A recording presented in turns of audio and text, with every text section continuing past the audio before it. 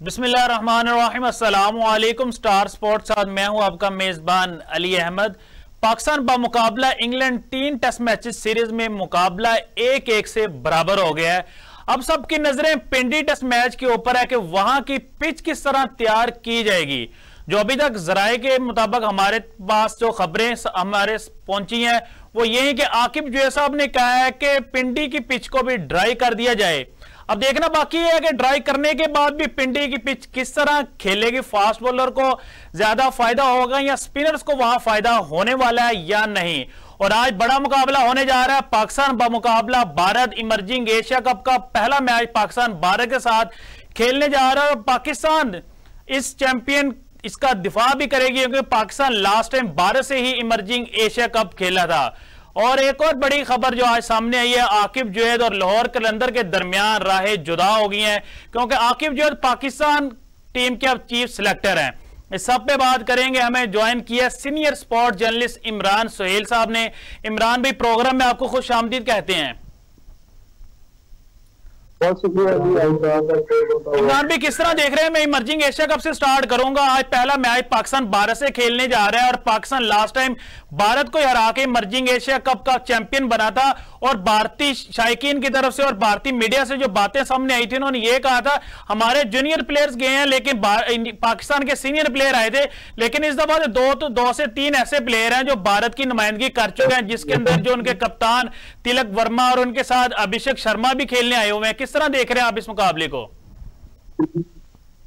देखिए, अभी मेरा ख्याल है कि भारत की टीम है वो इमर्जिंग टीम ही होती है। आपने कहा कि 2 प्लेयर हैं, तो मैं समझता हूँ वो 2 प्लेयर भी भारत ने अपनी जो नेशनल टीम में खिलाए थे तो वो जूनियर इमर्जिंग प्लेयर ही खिलाए थे। माजरत के साथ हम अपने इमर्जिंग प्लेयर्स को खिलाते नहीं है। अगर खिलाते भी हैं तो ऐसे लोगों को खिलाते हैं जिनका ताल्लुक फ्रेंचाइजी से होता है, जिनका ताल्लुक सिफारिश से होता है। इमर्जिंग प्लेयर जरूर खेलना चाहिए लेकिन उनका कोई क्राइटेरिया होना चाहिए कि उनकी कोई परफॉर्मेंस होनी चाहिए। क्योंकि मेरा ख्याल है कि भारत अगर अपने इमर्जिंग प्लेयर्स खिलाता है तो वो अपने इमर्जिंग प्लेयर्स को इसलिए खिलाता है कि वो इंटरनेशनल एक्सपीरियंस देता है, इंटरनेशनल प्रेशर उन्हें बताता है कि किस तरह से आपने जो है वो बर्दाश्त करना है। पाकिस्तान की टीम से आप अगर अभी उठा के देख लें तो इन प्लेयर के अंदर आपको काफी प्लेयर ऐसे दिखाई देंगे जो पाकिस्तान टीम की कहीं ना कहीं नुमाइंदगी जरूर कर चुके हैं, जो मेरी पाकिस्तान की मेन टीम है। कुछ प्लेयर ऐसे हैं जिन्होंने अभी नुमाइंदगी नहीं की है। मैं आपको 2-3 नाम तो आराम से ले सकता हूँ।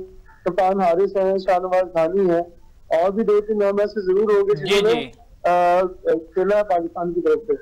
लेकिन बात यह है कि ये इमर्जिंग क्राइटेरिया ही ऐसा क्राइटेरिया होता है जो कि पाकिस्तान के लिए इसलिए बेहतर होता है कि आप यहाँ पर नए प्लेयर्स को बड़े टूर्नामेंट में खिलाकर प्रेशर हैंडल करना, गेम प्लानिंग करना, और दूसरा कि किस तरह से अपनी ओपोजिशन को जो है वो प्लान के ऊपर काम करके जो है वो काबू किया जा सकता है। ये वो चीजें होती है जो मर्जी के लिए काम करने वाली होती है। भारत की अगर आपने बात की तो भारत अपने नए और यंग से यंग प्लेयर्स को यहाँ पर खिलाता है, माजी में भी खिलाया। उसका फायदा ये होता है उनको हार और जीत से फर्क नहीं पड़ता। वो ये देखते हैं कि क्या उनके पास फ्यूचर के 3-4 स्टार आ गए हैं। अगर उनके पास 3-4 स्टार आते हैं तो वही उनकी कामयाबी होती है। उनकी कामयाबी टूर्नामेंट जीतने से नहीं होती। मैं टूर्नामेंट जीत के आप क्या कर लेंगे? आप मतलब जूनियर इवेंट्स आप जीत रहे हैं, जूनियर इवेंट्स की क्या कोई इंटरनेशनल रैंकिंग होती है? क्या आपको प्लेयर्स रैंकिंग होती है? कोई इस तरह की रैंकिंग नहीं होती। सिर्फ और सिर्फ क्योंकि आईसीसी का एक फॉर्मूला है कि वो इमर्जिंग प्लेयर्स का टूर्नामेंट करवाते हैं। एशिया का जो फॉर्मूला है वो इमर्जिंग प्लेयर्स का टूर्नामेंट करवाता है। ऐसे ही है जैसे अंडर-19, अंडर-16 और इस तरह के जूनियर लेवल के टूर्नामेंट होते हैं। तो ये वो वजह है कि आपको कहीं ना कहीं अपने प्लेयर को एंगेज करना है। अच्छा, तो आज पाकिस्तान में जी मैं ये पूछना चाहूंगा, इमर्जिंग एशिया कप का क्राइटेरिया क्या 23 से प्लेयर छोटा होना चाहिए या उससे बड़ा प्लेयर भी ये टूर्नामेंट खेल सकता है? ये जरा क्लियर कर दें। हमारे जब हमने क्रिकेट खेली थी तो हमें तो यही कहा जाता है कि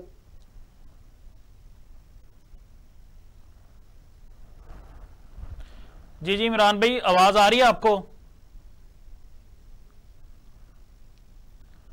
इमरान भाई से हमारा अभी राबता मुनक़िता हो गया, दोबारा कोशिश करेंगे। पाकिस्तान बामुकाबला भारत इमर्जिंग एशिया कप का पहला मैच खेलने जा रहा है पाकिस्तान, और पाकिस्तान अपने इस चैंपियन इस एशिया कप का दिफा करेगा क्योंकि last time Pakistan emerging Asia cup का फाइनल जीता था भारत को हराकर। अब देखना बाकी है पाकिस्तान की टीम किस तरह परफॉर्म करेगी भारत के मुकाबले में, क्योंकि लास्ट टाइम जब पाकिस्तान भारत से जीता तो भारतीय मीडिया ने यह ववेला मचाना शुरू कर दिया था कि पाकिस्तान की तरफ से बड़े खिलाड़ियों को भेज दिया गया, हमारे छोटे खिलाड़ी गए थे, सामने आए थे।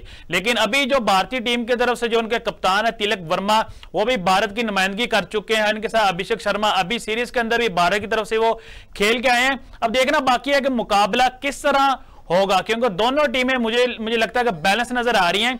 अभी हम जा रहे हैं छोटे से ब्रेक के ऊपर, ब्रेक के बाद आएंगे तो हम राब्ता करने की कोशिश करेंगे इमरान सुहेल साहब से। Welcome back to Star Sports. बात करेंगे इमर्जिंग एशिया कप के ऊपर पाकिस्तान मुकाबला भारत, पहला मैच होने जा रहा है और ये मैच ओमान के अंदर होने जा रहा है, ओमान क्रिकेट एकेडमी के अंदर।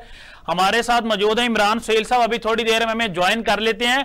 Pakistan last time emerging Asia cup खेला था तो पाकिस्तान वहां चैंपियन हुआ था, और जब पाकिस्तान वहां चैंपियन हुआ था भारतीय शायकीन और भारतीय मीडिया ने बड़ा ववेला मचाया था कि पाकिस्तान अपने सीनियर खिलाड़ियों को खिलाकर ये टूर्नामेंट जीता है। अब देखना बाकी यह है कि अब इस टूर्नामेंट के अंदर भारत की तरफ से भी सीनियर खिलाड़ी मौजूद हैं, जिसके अंदर अभिषेक शर्मा और तिलक वर्मा शामिल है। तिलक वर्मा भारत की नुमाइंदगी करेंगे और पाकिस्तान की नुमाइंदगी मोहम्मद हारिस करेंगे। हमारे साथ मौजूद है इमरान सुहेल साहब। इमरान भाई, मैं आपसे पूछना चाहूंगा कि इमर्जिंग एशिया कप का क्राइटेरिया क्या है, जरा ये एक्सप्लेन कर दीजिएगा। देखिए, अभी मैंने आपको पहले ही बताया कि इमर्जिंग जो क्राइटेरिया है वो यही है कि आप अंडर 23 जैसे कैटेगरी आपको पहले बताई थी कि अंडर 23 के अंदर जो है वो प्लेयर आते हैं, तो यही वो क्राइटेरिया जिसके तहत एशियन क्रिकेट काउंसिल ये टूर्नामेंट करवाती है, जिसके अंदर 8 टीमें खेल रही है।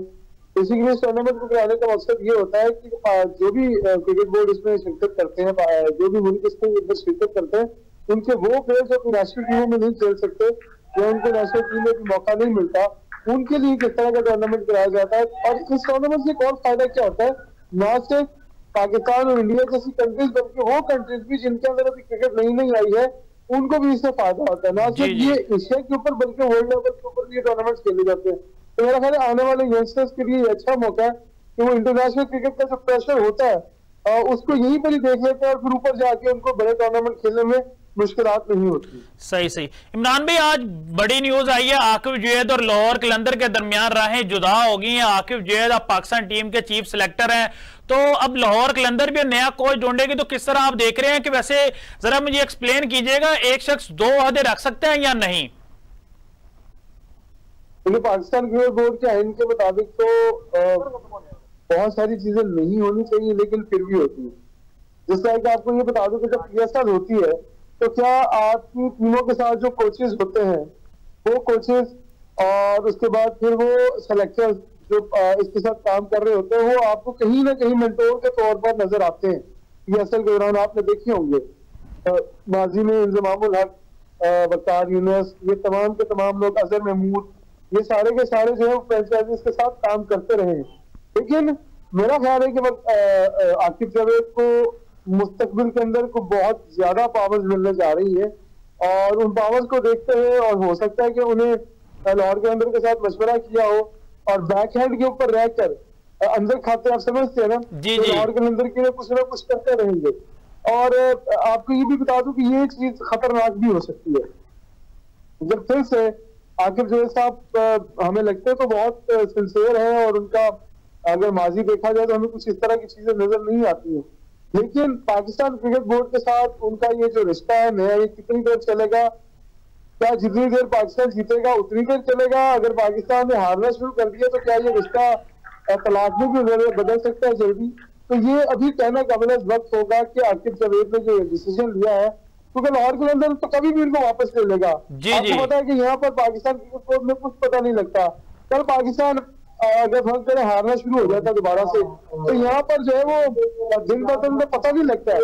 माजी में आपको पता पावरफुल से पावरफुल चेयरमैन आया और उनका पॉलिटिकल सिचुएशन ऐसी आई कि बदलते हुए पता नहीं चला। तो आपको क्या लगता है कि यहाँ पर आकिब जावेद ने जो फैसला किया है, ये क्या लाहौर कलंदर से पूछ के किया होगा कि नहीं अब आपके पास दोबारा नहीं है ना, बल्कि उसमें लाहौर कलंदर की मशावरत शामिल होगी कि हाँ ठीक है मैं आपके लिए भी काम करता रहूंगा, क्योंकि आज तक तो आपको तो कम्युनिकेशन करना बहुत आसान है। बिल्कुल, आप ऑनलाइन बहुत सारी चीजें कर सकते हैं, बैक हैंड पर रहकर काम कर सकते हैं। तो उन्होंने कहा कि ये ज्यादा मेरे लिए अच्छा है और अगर लाहौर कलंदर की तरफ से भी कोई अच्छा टैलेंट सामने आएगा तो मेरा ख्याल है कि आपको लाहौर कलंदर के ज्यादा प्लेयर पाकिस्तान टीम में खेलते हुए दिखाई देंगे। अच्छा इमरान भाई, ये हमें खबर सामने आई है कि मोहसिन नकवी साहब ने आकिब जुवैद को फ्री हैंड दे दिया है कि सिलेक्शन भी आपने अपने मतलब की करनी है, पिचेस भी आपने खुद तैयार करनी है, मतलब का सारा आप करता धरता आकिब जुवैद साहब हैं। तो क्या कहना चाहेंगे इसके ऊपर आप?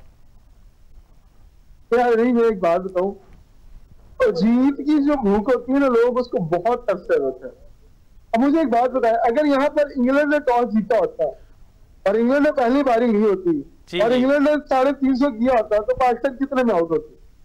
सही आप, मैं जो कहना चाहता हूँ बाखूबी समझ गए होंगे मेरी बात को। मुझे लगता है कि अगर अगले मैच में भी अगर टॉस अगर फर्स्ट कर इंग्लैंड जीत जाती है और वो 400 450, मैं कहता हूँ जितनी मर्जी पूरी विकेट हो, पहले दिन तो ब्रेक नहीं होगा ना, पहले दिन तो इंग्लैंड की टीम खेल लेगी।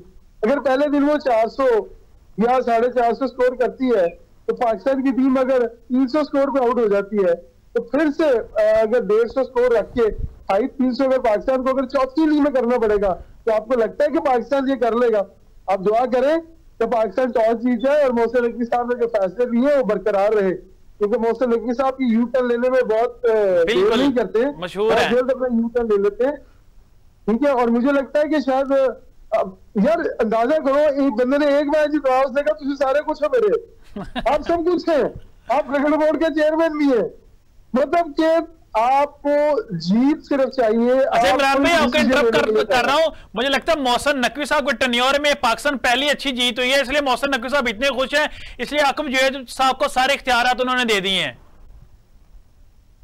देखिए एक बात बताऊं, मोहसिन नकवी साहब क्योंकि उनके पास इतना टाइम नहीं है। जी जी।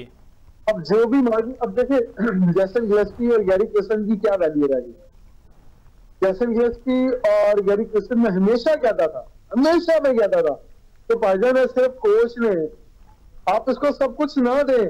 अब मैं फिर ये कहूंगा कि भाईजान आकिब जुवैद साहब सिर्फ सिलेक्टर हैं, उन्हें सिलेक्टर ही रहने दें, या फिर उन्हें ऐसा करें आप vice chairman Pakistan cricket board लगा दें, आइन में तब्दीली करें और आकिब जुवैद को जो है वो आप vice chairman Pakistan cricket board लगा दें। एक दूसरा होता रख लें, आपके मुल्क के अंदर भी तो क्या डिप्टी वज़ीर आज़म है ना, तो आप क्यों नहीं यहाँ पर एक डिप्टी चेयरमैन रख लेते?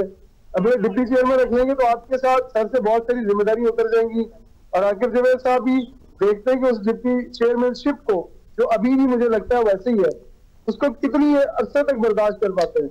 आपको बहुत जल्द बहुत सारी नई चीजें सामने आएंगी।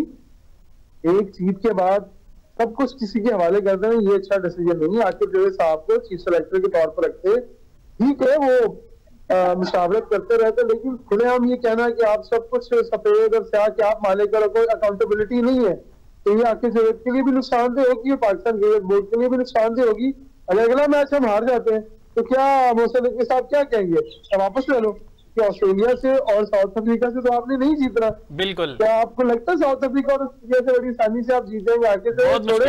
आकिब जुवैद जैसे 3-4 और भी आ जाएंगे ना तो ऑस्ट्रेलिया से जीतना बहुत मुश्किल है। बिल्कुल। तो ये डिसीजन मोहसिन नकवी साहब को सोच समझ के लेना चाहिए था और उतना पावर दे जितनी पावर आप भी बर्दाश्त कर सकते हैं और आकिब जुवैद भी बर्दाश्त कर ले। आकिब जुवैद इसलिए कि कहते हैं शोहरत किसी से कम ही बर्दाश्त होती है, और आप अगर सारे डिसीजन दे देंगे तो फिर आपसे नुकसान बर्दाश्त नहीं होगा। फिर आप कल को यू टर्न लेंगे तो वो यू टर्न कहीं ना कहीं फिर लोग आपको कहेंगे कि देखें आपने सिर्फ एक जीत के ऊपर आकिब जुवैद को सब कुछ दे दिया, अब आकिब जुवैद हार गए तो क्या आप सब कुछ वापस लेंगे उनसे? अच्छा इमरान भाई, ये भी खबरें सामने आ रही है कुछ दिन के अंदर अंदर व्हाइट बॉल का कप्तान भी अनाउंस कर दिया जाएगा और नाम दो ही सामने आ रहे हैं, आगा सलमान और मोहम्मद रिजवान, लेकिन ज्यादा चांसेस ये लग रहे हैं कि मोहम्मद रिजवान को अनाउंस कर दिया जाएगा। किस तरह आप देख रहे हैं इस फैसले को? देखिए मोहम्मद रिजवान को कप्तान बनाया जा सकता है, उसकी वजह है कि जो टेस्ट क्रिकेट टीम का कप्तान होगा वो सलमान अली आगा होगा, ये आजाद बात निकले। अच्छा फिर मुझे एक और बात भी सोचते हैं हम कि यार फर्ज करें अगर आप सीरीज जीत जाते हैं और तारीखी सीरीज जीत जाते हैं इंग्लैंड से, तो क्या आप शान मसूद को चेंज करेंगे? मुश्किल, बहुत मुश्किल। को चेंज नहीं कर। अच्छा तो क्योंकि वो जीता हुआ होगा, वो हार के मान नहीं था, हार के उसकी पावर हमारे हाथ में आ रही थी, तो जब वो जीतेगा तो क्या करेगा?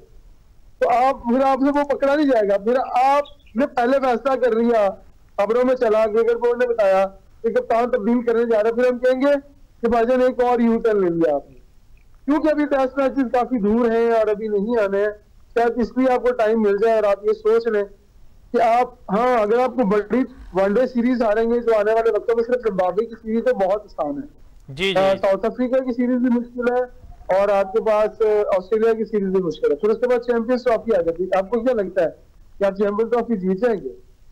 मुझे नहीं लगता कि आप चैंपियंस ट्रॉफी जीत सकते हैं। अगर ये सारे इवेंट आप हार जाते हैं तो फिर आपका डिसीजन क्या होगा? ये सब कुछ आपकी जीत के ऊपर मुनसर करता है कि आप कितना जीतते हैं और कितना हारते हैं। अगर आप जीतते रहे तो आपके डिसीजन अच्छे रहेंगे, अगर आप हारना शुरू कर दिया तो फिर आपके यू टर्न शुरू हो जाएंगे। तो यू टर्न का स्विच है जो किसी भी वक्त जो है वो ऑन हो सकता है, तो फिर ये आने वाला वक्त ही बताएगा। अच्छा इमरान भाई, ये भी खबरें सामने आ रही हैं कि फखर जमान को ऑस्ट्रेलिया टूर में सिलेक्ट नहीं किया जा रहा है, और उसकी दो वजूहत सामने आ रही हैं। एक, उन्होंने जो ट्वीट किया था बाबर आजम के हक में, और दूसरी वजह सामने आ रही है उनके फिटनेस कुछ इश्यूज हैं। तो क्या कहना चाहेंगे इसके ऊपर आप? देखिए, दो चीजें मैं आपको बता दूं। आपने आकिब जवेद को ऑल इन ऑल रखा है ना, जी जी, तो फखर जमान टीम में होगा। ये आज आप प्रोग्राम में बहुत रिकॉर्ड कर रहे हैं।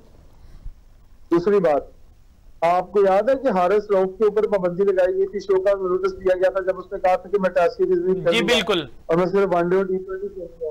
तो उनकी पाबंदी कहाँ गई? वो पाबंदी वापस हुई थी, वो जी। खेले थे दोबारा। जी जी, खेले नहीं थे, पाबंदी वापस हो गई थी। जी जी, पाबंदी वापस हो गई थी, तो फिर पाबंदी वापस करने का मतलब था कि माफ कर दिया। जी तो जी, यहाँ पर आकिब जवेद बैठे हैं, और जब all in all Aqib Javed है तो लाहौर कलंदर से है ना अभी रिसेंटली, तो बहुत सारी वो कहते हैं कि वो फखर जमान उनकी प्रोडक्ट है, तनीषा अफरीदी उनकी प्रोडक्ट है, बहुत सारे लोगों को अपनी प्रोडक्ट कहते हैं। तो उनकी प्रोडक्ट बाहर होगी तो क्या अपनी प्रोडक्ट को बाहर होने देंगे? नहीं होने देंगे।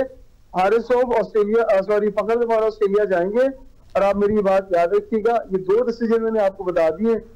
एक तो आपको सलमान अली आगा का डिसीजन बता दिया मैंने, जी, अगर टेस्ट सीरीज जीत जाते हैं तो हाँ, वो कप्तानी चेंज करना बड़ा मुश्किल होगा। हाँ, ये होगा सलमान अली आपको वनडे टीम के वाइस कैप्टन हो सकते हैं, ये भी आपको बता दूं। अच्छा इमरान भाई, जी जी, टेस्ट मैच के ऊपर हम आते हैं। तीसरा टेस्ट मैच रावलपिंडी में होने जा रहा है 24 अक्टूबर को। तो आपको लग रहा है कि टीम के अंदर कुछ तब्दीलियां होने के चांसेस हैं, या हम विनिंग कॉम्बिनेशन के साथ जाएंगे, या हम जाहिद महमूद की जगह पे मीर हमजा को ऐड कर लें, या हम अब्दुल्ला शफीक की जगह पे मोहम्मद हुरैरा को ऐड कर दें? तीसरी सीरीज होगी, अगर उनका डेब्यू नहीं होगा, हम उस लड़के को 3 सीरीज में टीम के साथ रख रहे हैं लेकिन उसको खिला नहीं रहे, उसका डेब्यू नहीं करवा रहे हम। मेरे ख्याल से विनिंग कॉम्बिनेशन को आखिर जो है चेंज करेंगे, विनिंग कॉम्बिनेशन को सेम रखेंगे, क्योंकि हमेशा आपको पता है क्रिकेट में जिसकी पिछले मैच में बारी नहीं लगती है उसकी अगले मैच में बारी। इमरान भी आप 100% सही कह रहे हैं। अगर पिच को भी तो देखना पड़ेगा ना, पिच किस तरह की है। जरूरी तो नहीं, जाहिद महमूद को आपने देखा मुल्तान के अंदर भी 33 ओवर्स के बाद उनसे ओवर करवाएंगे, और ओवर भी फर्स्ट इनिंग में, दूसरी इनिंग में ओवर भी नहीं करवाएंगे उनसे। देखिए, जाहिद महमूद की जगह पर मीर हमजा आ सकते हैं, लेकिन दूसरा कॉम्बिनेशन चेंज नहीं होगा, वो कॉम्बिनेशन सेम ही रहेगा। क्योंकि विनिंग कॉम्बिनेशन को ना तो आखिर जो चेंज करने का रेस्ट लेंगे। हाँ, इसके बाद की बात करेंगे तो शायद इसके बाद हुरैरा को चांस मिल जाए। कामरान गुलाम को उन्होंने टेस्ट कैप दी है, वो एक अच्छा डिसीजन है और उनके लिए कामयाब भी हुआ। अब ये देखना होगा कि कामरान गुलाम अगली जो सीरीज है उसमें क्या कर, अगले मैच में क्या करते हैं। मैं आपसे पहले भी कहा है कि toss is very very crucial. Toss जीतना पाकिस्तान के लिए बहुत जरूरी है। जो टॉस जीतेगा वो मैच जीतेगा। इंग्लैंड अगर मुल्तान में टॉस जीता तो इंग्लैंड ही मैच जीता, लेकिन यहाँ पर डिसीजन जो है वो बहुत इंपॉर्टेंट होगा। और पिच अभी देखी नहीं किसी ने, शायद कल तक पिच जो है वो सामने आ जाए। कल पिच मेरे ख्याल सामने आ जाएगी जी जी। और पिच के हवाले से भी बहुत सारी चीजें सामने आ जाएंगी। हर जगह पे हर फॉर्मूला वर्क नहीं करता है। आपको as per ground, as per condition अपने प्लान्स बनाने पड़ते हैं। अगर आप ये कहें कि आपने यहाँ पर जो है वो घास उड़ा दिया था और घास उड़ाने के बाद आपको जीत हासिल हुई थी और अगले मैच में आपको फिर इस तरह इसी फॉर्मूले पे आप जीत हासिल कर सकते हैं, तो आप फिर ये भी सोचेंगे अगर टॉस आप नहीं जीते तो फिर क्या करेंगे। क्योंकि इंग्लैंड की टीम जो है वो कम बैक करने की भरपूर सलाहियत रखती है। मजबूत तरीन टीम है, उन्होंने आपको एक इनिंग से मैच कराया, तो ये भी देखना होगा। और अगर पाकिस्तान टॉस जीता तो कोई शक नहीं है कि पाकिस्तान इस टेस्ट मैच के ऊपर हावी होगा, लेकिन अब कल के दिन टेस्टिंग नहीं होगी और फिर उसके बाद टॉस बहुत इंपॉर्टेंट है। तब्दीली मैंने आपको बता दी है, जो करनी चाहिए वो बहुत जरूरी है, क्योंकि स्पिनर्स की ऑप्शंस आपके पास बहुत ज्यादा है। क्योंकि ये दो स्पिनर्स आपके पास इनफ है, साजिद खान और नुमान अली। इसके अलावा आपको ज्यादा रिस्क नहीं लेना चाहिए, क्योंकि अगर पिच में थोड़ा, अगर आपकी पहली बार फर्स्ट करे बॉलिंग आ जाती है तो फिर आप पहली बॉलिंग में तो आपको फास्ट बॉलर चाहिए ना पहले दिन का फायदा उठाने के लिए। जी जी, कि आपको कोटी खाई जानी। ये दो चीजें आपको डिसीजन लेने हैं, या आपने कब लेने, कैसे लेने, या अब आपके हाथ में। अच्छा इमरान भाई, ये जो फार्मूला हमने दूसरे टेस्ट मैच के अंदर यूज किया, पिच को रफ कर दिया है, ये हमने फार्मूला पहले क्यों नहीं यूज किया? बांग्लादेश के खिलाफ यूज क्यों नहीं किया और टीमों के खिलाफ क्यों नहीं यूज किया? हमें अभी क्यों याद है, या हमें पता नहीं था? आकिब जी ने आके बताया ये बात हमें। ये सबको पता था, लेकिन वो वाली बात है ना कि डिसीजन कौन लेगा। आपकी टीम में डिसीजन लेने वाले ज्यादा लोग थे। अगर आपके डिसीजन में एक बंदा डिसीजन लेने वाला आ गया ना, अब हार और जीत उसके खाते में पड़ेगी। जी जी, वो डिसीजन लेगा। जब मिलकर डिसीजन लेते हैं तो मिलकर डिसीजन एक कंफ्यूज करने वाला कंफ्यूजिंग डिसीजन होता है। वो आपने देखा कि आपने पिंडी में क्या किया और आपके साथ क्या हुआ, आपने मुल्तान में क्या किया, आपके साथ क्या हुआ। क्योंकि 3-4 माइंडसेट थे। जो गोरे कोचेस थे वो ये कहते थे कि यार फास्ट बॉलर्स के लिए ट्रैक बनाए और घास छोड़ दे, जैसे गिलस्पी जिसको लाइक करता है। लेकिन आपके पास कोई ऐसा बंदा ही नहीं था जो ये कहता कि हाँ यार स्पिनर खिला रहे हो। फिर कौन डिसीजन लेता? क्या आप हम देखें, आज हम बात करें नए लड़कों को खिलाए, नए लड़कों को चांस नहीं दे रहे। वहां पर आपने किससे मैच जीता है? आपने एक्सपीरियंस से मैच जीता है ना। जी जी, टेस्ट क्रिकेट होती है एक्सपीरियंस की है। आपको तो पुराने प्लेयरों को खिला के टेस्ट खेलनी पड़ती है। सबसे पहले कौन सी क्रिकेट छोड़ी जाती है? सबसे पहले टेस्ट क्रिकेट छोड़ी जाती है, फिर वनडे और फिर T20 छोड़ी जाती है। क्योंकि आपका टेम्परामेंट जिस तरह कम होता है। आप देखें नुमान अली और साजिद खान की एक की उम्र 29 साल और एक की उम्र जो है वो गालबन 34 साल है, 36 साल है। तजुर्बा रखते हैं और बहुत ज्यादा देखिए, बहुत ज्यादा तजुर्बा उन्हें फर्स्ट क्लास क्रिकेट का। आपको फर्स्ट क्लास क्रिकेटर परफॉर्मर खिलाने पड़ेंगे। चीख का थक गए यार, फर्स्ट क्लास क्रिकेटर खिला लो, जिन्होंने परफॉर्म किया उनको खिला लो, वो आपको सब कुछ करके दे देंगे। लेकिन आपने कहा नहीं यार, इन्हीं पिचों पे खेलते थे ना वो, मुल्तान के अंदर, रावलपिंडी के अंदर, लाहौर के अंदर। अगर आप इनको फर्स्ट क्लास क्रिकेटर्स को नहीं खिलाएंगे तगड़ी साइडों के अंदर, जो पिचेस को भी समझते हैं, कंडीशंस को भी समझते हैं, उन्हें पता है कि यार बॉलर बैट्समैन को किस तरह फंसाना है, तो वही बात होती है कि आपको डिसीजन लेने पड़ते हैं। अगर अब देखिए, आपने खिलाया है उन लोगों को जिनका हक बनता था और आपको जीत भी मिली है। अब आखिर जो इस जगह पे कोई भी ये काम करता कि वो मेरिट पे काम करता तो पाकिस्तान टीम जीत सकती। अच्छा इमरान भाई, मुझे बताया जो लोग ये कहते थे हमारे पास जी जी, एक सवाल पूछना चाहूंगा आपसे जी जी इमरान भाई, एक सवाल पूछना चाहूंगा कि पाकिस्तान टीम के अंदर स्पिनर्स के लिए, फास्ट बॉलर के लिए और बैट्समैनों के लिए फिटनेस क्राइटेरिया सेम होना चाहिए क्या अलग-अलग होना चाहिए? क्योंकि आपने देखा स्पिनर्स के लिए इतना फिटनेस, आपने इंजी भाई को देखा या मुश्ताक अहमद देखा, तो इंजी भाई तो जितनी क्रिकेट खेले कभी फिट ही नहीं थे 100%, लेकिन परफॉर्म करते थे, पाकिस्तान को मैच भी जितवाते थे। यही हमारे स्पिनर जिनको हमने एक टेस्ट पहले अनफिट कह दिया था, वही स्पिनर्स आगे में मैच जिता देते हैं। तो ये जरा क्लियर करें, फिटनेस सबका सेम होना चाहिए, अलग-अलग क्राइटेरिया होना चाहिए? यार देखिए, मैं ये समझता हूँ कि जो बंदा परफॉर्म कर रहा है उसका फिटनेस लेवल के साथ कोई ताल्लुक नहीं रहती। हाँ ठीक है, एक फास्ट बॉलर है, वो उसकी पेस देखने और उसकी फिटनेस देखने क्या है, क्योंकि उसने सारा दिन जो है वो फील्डिंग भी करनी है, फिर उसके बीच बीच में आपने बॉलिंग भी करवानी टेस्ट मैच के अंदर। अगर ये क्राइटेरिया आपका बन जाए कि हाँ यार परफॉर्म करी जा रहा है, कि फिर तेरे साजिद और नुमान परफॉर्म कर रहे हैं, अगर वो 30-35 ओवर दिन में कर रहे हैं, तो फिर आपको ये बात तो नहीं पूछनी चाहिए कि हाँ यार ये लोग फिट है नहीं फिट। वो तो आपकी परफॉर्मेंस आपको दिखाती है कि आप कितने फिट हैं। अगर फर्क करें आप एक एथलीट लाके खड़ा कर दे और ना उसको बैटिंग करनी है, ना उसको फील्डिंग करनी है, ना बॉलिंग करनी है, बिल्कुल, तो इसका ये मतलब थोड़ी कि आपको फिट बने। ये देखिए, फिटनेस का ताल्लुक लोग कहते हैं परफॉर्मेंस से होता है। मैं समझता हूँ कि आपकी टीम के अंदर जो हमेशा से एबिलिटी है वो सिर्फ आपकी परफॉर्मेंस से गिनी जाती है। बाबर आजम जितनी देर टीम में परफॉर्म करते रहे, उन्हें कोई हिला पाया? तो मैं कहता हूँ 100 साल भी खेलते तो परफॉर्म करते तो खेलते रहते। आज जो परफॉर्म नहीं कर रहे हैं तो टीम से बाहर है ना, वो कहाँ है वो लोग जो कहते थे बाबर परफॉर्म नहीं करेगा तो टीम नहीं जीतेगी, टीम साड़ी 200 नहीं करेगी।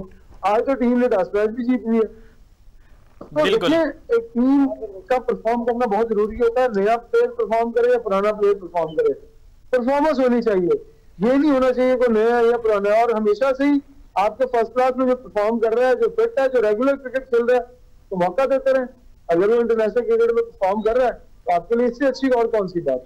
अच्छा इमरान भाई, आखिरी सवाल पूछना चाहूंगा, टाइम कम है। आपने देखा होगा दूसरे टेस्ट मैच के अंदर मोहम्मद रिजवान सारी फील्ड प्लेसिंग कर रहे थे, शान मसूद बड़े डाउन नजर आ रहे थे बैटिंग के अंदर भी और कप्तानी के अंदर भी।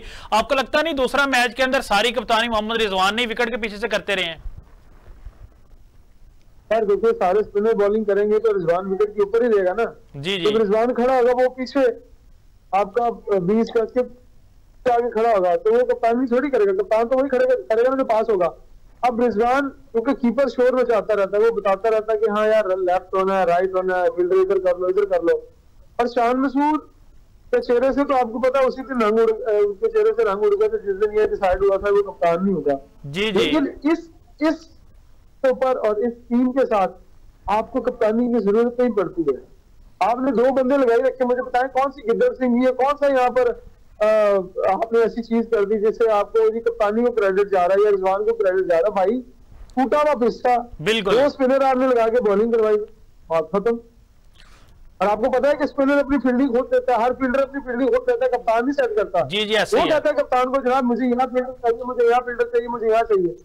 कप्तान का काम क्या होता है? कप्तान का काम होता है चेंज करना, कि बर वक्त चेंजेस कहाँ करनी है और किसको किस वक्त बॉलिंग बनाना। सारा दिन 2 बॉलर गेंदा करते रहे, पूरी टीम लड़े, टीम खा गए, 20 बैट्समैन आउट कर गए, कप्तानी का क्या चक्कर है? जी बहुत शुक्रिया इमरान भाई, आपने हमें अपना कीमती टाइम दिया। हमारे साथ मौजूद है senior sports journalist Imran Suhail साहब।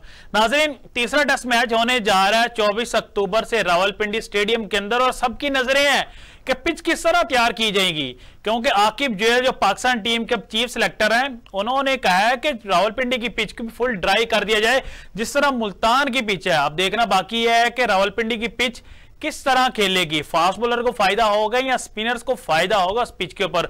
और आज बड़ा मुकाबला होने जा रहा है पाकिस्तान बामुकाबला भारत इमर्जिंग एशिया कप का। पाकिस्तान अपना पहला मैच खेलने जा रहा है और ये पाकिस्तान वक्त के मुताबिक 6:30 बजे होगा। पाकिस्तान इस टाइटल का दफा भी करेगा। पाकिस्तान लास्ट टाइम भारत को हरा के एशिया का चैंपियन बना था। इसी के साथ अपने मेजबान अली अहमद को दीजिएगा इजाजत, मिलते हैं इंशाल्लाह अगले प्रोग्राम में।